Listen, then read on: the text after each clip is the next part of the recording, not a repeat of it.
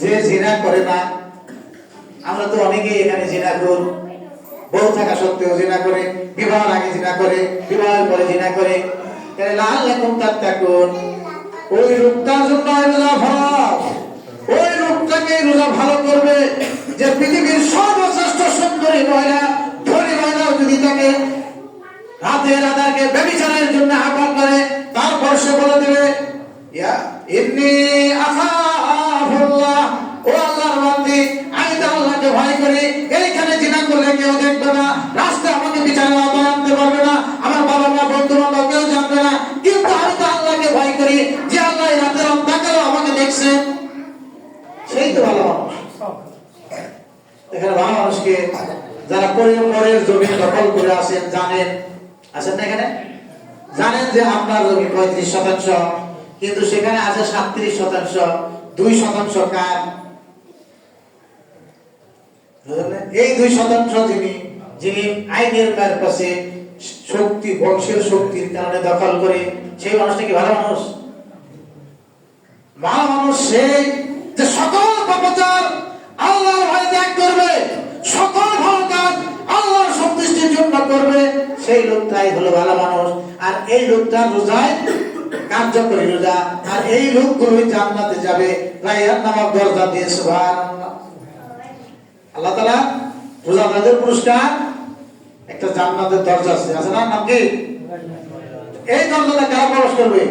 লাআল্লাকুম তাত্তাকুন, যারা রোজা রাখার কারণে ভালো মানুষ হয়ে গেছে, মুত্তাকি হয়েছে, তারাই ওই দরজাটা প্রবেশ করবে। আর আমার মতো রোজাদার প্রবেশ করবে? যেমন রোজাদার আল্লাহর হাবিব জনাবে মুহাম্মদুর রাসূলুল্লাহ সাল্লাল্লাহু আলাইহি ওয়াসাল্লাম বলেন, কি বলেন? আল্লাহ ইয়াদা কাওলাল জুর ওয়াল আমালা বিহি ফালাইসা লিল্লাহি হাজাতুন আইয়াদা তাআমা ওয়া শারাবা। ওই ব্যক্তির রোজা আল্লাহর কোনো প্রয়োজন নাই।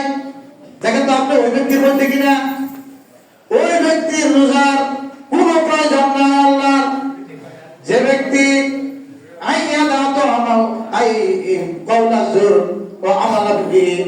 যে ব্যক্তি মিথ্যা পরিত্যাগ করতে পারলো না, অনর্থক কার্যাবলী পরিত্যাগ করতে পারলো না, রোজা থেকেও মিথ্যা কথা বলে, রোজা থেকেও হারাম খায়, রোজা থেকেও ক্যারামবোর্ড খেলে, এক পারা কোরআন পড়ে না, রোজা থেকেও তাস খেলে, রোজা থেকেও সারাদিন কানের ভিতর বল্টু লাগিয়ে গান শুনে, এই লোকের রোজার কোনো প্রয়োজন নাই।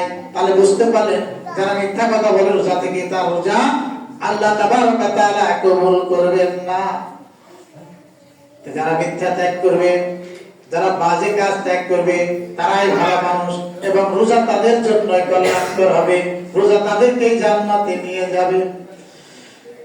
আল্লাহর হাবিব জনাবে মুহাম্মদুর রাসূলুল্লাহ সাল্লাল্লাহু আলাইহি ওয়াসাল্লাম বলেন, মান সামা রমাদানা, যে ব্যক্তি রমজান মাসের সিয়াম পালন করলো, ঈমান ওয়া ইহতিসাবা, ঈমান এবং সওয়াবের আশায়, গুফিরা লাহু মা তাকাদ্দামা মিন যামবি, আল্লাহ তার পূর্বের সকল প্রকার পাপরাশির গুনাহ খাতা ক্ষমা করে দিবেন।